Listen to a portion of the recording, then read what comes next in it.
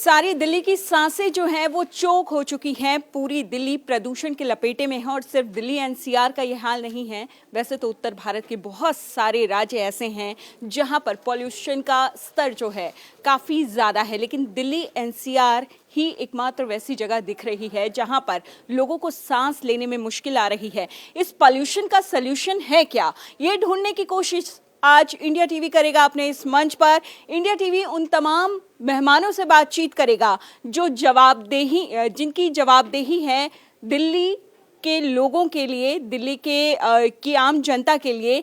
दिल्ली की जनता ने जिन्हें चुनकर भेजा है वो तमाम नुमाइंदे आज इस मंच पर मौजूद होंगे और उनसे हम मांगेंगे पॉल्यूशन का सल्यूशन क्या है। आज हमारे साथ इस मंच पर कौन कौन होंगे हम उसके बारे में बता दें। हमारे साथ होंगे भूपेंद्र यादव जो कि यूनियन कैबिनेट मिनिस्टर हैं for environment, forest and climate change के। Manjinder Singh Sirsa, minister of environment, forest and wildlife of Delhi government. इनसे हम जानेंगे कि दिल्ली की हालत इतनी बुरी क्यों है। पिछले 10 सालों से जब केजरीवाल सरकार थी तब बीजेपी ने उन्हें पानी पी पी कर कोसा, खास तौर पर प्रदूषण के मुद्दे पर। अब क्या हो गया है, अब हालात क्यों नहीं पहले से बेहतर हुए हैं बल्कि बदतर ही हुए जा रहे हैं। क्यों, कौन है इसका जिम्मेदार। हर साल सर्दियों में जिस तरीके से दिल्ली एनसीआर का ग्रीन शील्ड जो है वो खत्म होने लगता है, दिल्ली एनसीआर गैस चैम्बर बन जाता है, उसकी जवाबदेही किसकी होगी, उसका इस सवाल का जवाब हम जानने की कोशिश करेंगे। हमारे साथ बहुत सारे हेल्थ केयर इंडस्ट्री से जुड़े हुए लोग भी होंगे, जाने माने डॉक्टर्स होंगे। उनसे हम जानेंगे कि किस तरह दिल्ली के लोग फेफड़ों और सांस की समस्या से जूझ रहे हैं।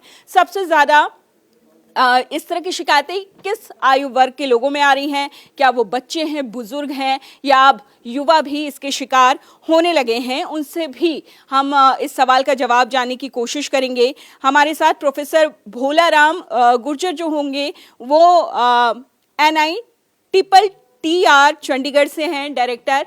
उनसे भी हम जानेंगे कि दिल्ली एनसीआर का ये हाल क्यों है। हर बार कहा जाता है कि पराली जलाने की वजह से दिल्ली एनसीआर के लोगों की सांसें जो हैं वो चोक हो रही हैं। क्या इस बार भी वही रीज़न है या इस बार कुछ रीजंस जो हैं वो अलग हैं। इसके अलावा हमारे साथ दिल्ली के सीएम रेखा गुप्ता भी होंगी। उनसे जानेंगे कि सरकार की क्या नीतियां हैं, पॉल्यूशन का सल्यूशन लेकर क्या आई हैं वो आज इस मंच पर, और पॉल्यूशन के सल्यूशन के रूप में वो किस तरह की योजनाओं को दिल्ली की जनता के सामने पेश करने वाली हैं। जवाबदेही तो सरकार की बनती है क्योंकि दिल्ली के लोगों की सांसें जो हैं वो उखड़ रही हैं। लगातार सांस संबंधी समस्या जिन्हें हैं उस तरह के पेशेंट्स की संख्या बढ़ रही है। इंडिया टीवी पर आप लगातार हेल्थ डीएनए में देख रहे होंगे, हम डॉक्टर्स से बात कर रहे हैं जिन्होंने साफ तौर पर बताया है कि किस तरह दिल्ली एनसीआर के लोगों के फेफड़े जो हैं वो काले होते जा रहे हैं। इसके अलावा हमारे साथ दिल्ली सरकार में मंत्री कपिल मिश्रा भी होंगे, कैबिनेट मिनिस्टर। उनसे भी जानने की कोशिश करेंगे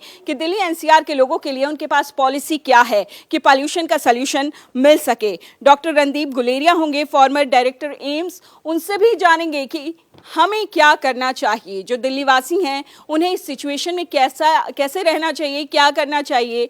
और AQI जिस तरीके से लगातार उसमें कोई कमी तो नहीं हो रही है लेकिन वो बढ़ता जा रहा है, उसका सल्यूशन क्या है और हम किस तरह अपने आप को दिल्ली की आबो हवा में जो है वो स्वस्थ रख सकते हैं, हेल्दी रख सकते हैं। इसके अलावा हमारे साथ आशीष सूद भी होंगी, cabinet minister, government of Delhi. उनसे भी जानेंगे कि दिल्ली सरकार कर क्या रही है, दिल्ली सरकार के पास किस तरह की योजनाएं हैं दिल्ली के लोगों को हेल्दी रखने के लिए ताकि वो स्वस्थ रहें और जिस तरह गैस चैम्बर बन चुकी है दिल्ली उससे उन्हें निजात मिले। ये तमाम मेहमान हमारे साथ होंगे और भी बहुत सारे हेल्थ केयर इंडस्ट्री से जुड़े हुए तमाम जाने माने डॉक्टर्स भी होंगे। उनसे भी हम जवाब लेंगे खुद को हेल्दी रखने के लिए क्या करना चाहिए और सरकार की जवाबदेही जो बनती है उसका वो भी हम जानने की कोशिश करेंगे कि सरकार ऐसी स्थिति में कर क्या रही है। तो आप बने रहिए दिन भर इंडिया टीवी के साथ हमारे सोशल मीडिया प्लेटफॉर्म पर और देखते रहिए कि